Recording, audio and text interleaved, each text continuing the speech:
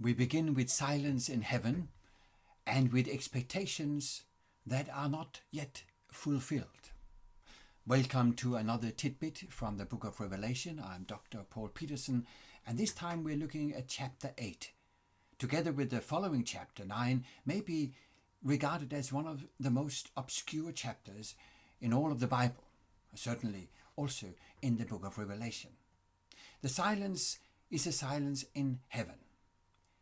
It's half an hour, and actually it's a closing of the breaking of the seven seals of the scroll, the book of life, the book of the Lamb that has been presented previously. And as it is opened, you would expect now we are to read from it, now we are to hear the content, but no. Silence, and a new set of sevens occur.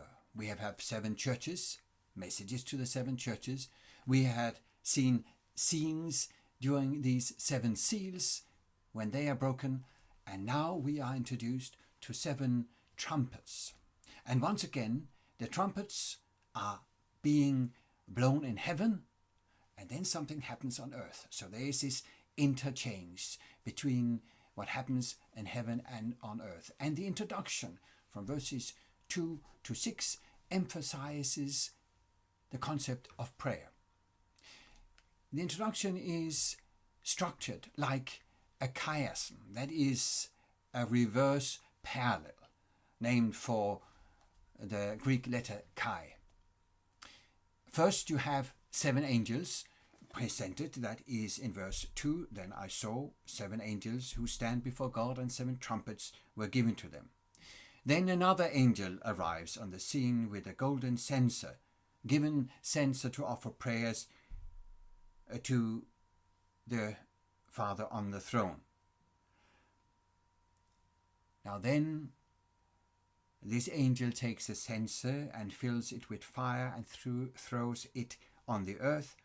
And now we are going back to the 7 angels. So you have 7 angels, another angel, the mention of the prayers illustrated by the incense, the prayers of the saints moving to God. Then you have the angel with the censer and the fire, and you have the 7 angels again. In the midst you have prayer. Prayer is a key term. Prayers are offered also in the times of the trumpets. And here one of the great misunderstandings of this text. When it is said in verse 5 that the angel took the censer and filled it with fire from the altar and threw it on the earth, a lot of commentators take for granted that the angel is throwing down the censer. But that is a misunderstanding. What is thrown down is the fire. Prayers are still offered. This is a parallel to the seals. This is not after the close of probation. It is a fire that is thrown down. And how do we know, except besides the point of the text itself? Then in the following trumpets, as we call them, in the events that are shown as the trumpets are being blown in heaven, in these events you constantly have fire, which is burning up a third of, and then you have it first a third of the earth. There's a movement here. Then a third of the sea, then a third of the springs and the rivers. Now it doesn't burn up a third of sun, moon and star, but in the next chapter, as we look at chapter 9 next time, you will still have a third that is burned. So you have the concept of fire hitting a third all the time. So the fire is thrown to the ground, not the censer. God is still listening to prayers, but those prayers are offered through a period of tribulation. That is, during a time where sin is reigning. This is a time in which we still live. We are offering our prayers to God, sometimes in the midst of trouble. He still hears our prayers. That is the point of that particular part of this story. But back to the sequence of first a third of the earth, then the sea, then the rivers, and so on. What is the third? Now, one of the problems with this and the following chapter is that though it is very, very closely grounded in text and issues and concepts from the Old Testament, there are so many at once that the readers today will be more or less in trouble to figure out what it is. So many symbols and metaphors are combined in one setting, in one go. Let's look at the third first. In the Old Testament, we have several texts that emphasize the concept of the third as a remnant motif. In 2 Samuel 8, 1-2, the third is what is left after an execution in wartime. In Ezekiel 5, you have the similar motif used about the people of God. And in Zechariah 13, in 13 verses 7, 8, and 9, the prophet speaks about the third that will survive and which will be taken through fire. So this third is those who are left. It is a remnant motif.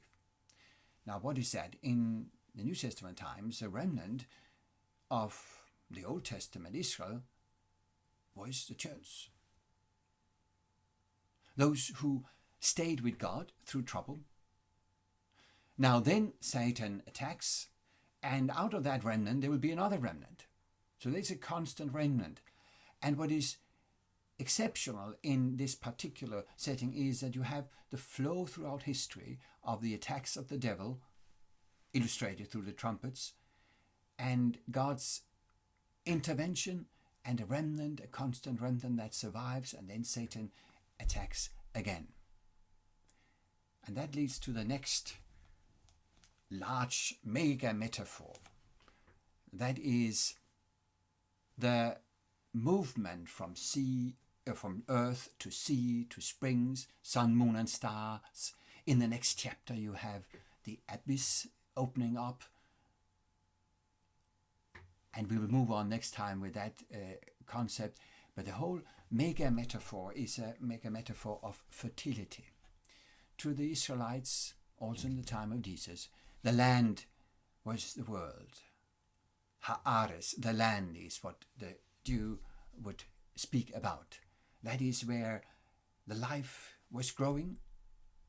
And all through the history of Israel, enemies who were attacking were often symbolized with the enemies of the fertility to the land. So the devil is attacking, Satan is attacking those who are left, the remnant, in the land, in the Holy Land. As they are scattered into the Roman world, he attacks the sea of all people. Then there are seemingly not many left, and he is attacking the sources, the springs, the rivers. And as he moves on, the light is almost shut down. So this is a linear movement, not as in Old Testament Psalms and prophets when this metaphor is used. It's not circular. This is a linear movement that takes us from one step in a point in a time and to the end throughout history. Now chapter 8 will only lead us so far. And notice what happens in the third one. In the third trumpet, when the third angel blew his trumpet in verse 10, and a great star fell from heaven. It fell on the third of the rivers, and so on. Here you have a concept which is important.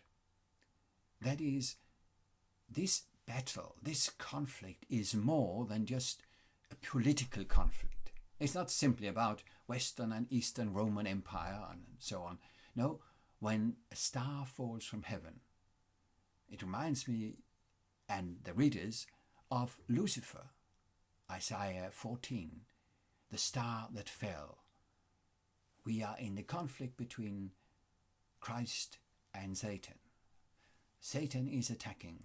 Christ is intervening. He wins every time, even though it does not seem like that. And here we end. Chapter 8 is not the end. It's even said that it is getting worse because the last 3 trumpets are called also the 3 woes. But we end here, and I welcome you back to our next tidbit from Revelation chapter 9. Thank you for listening.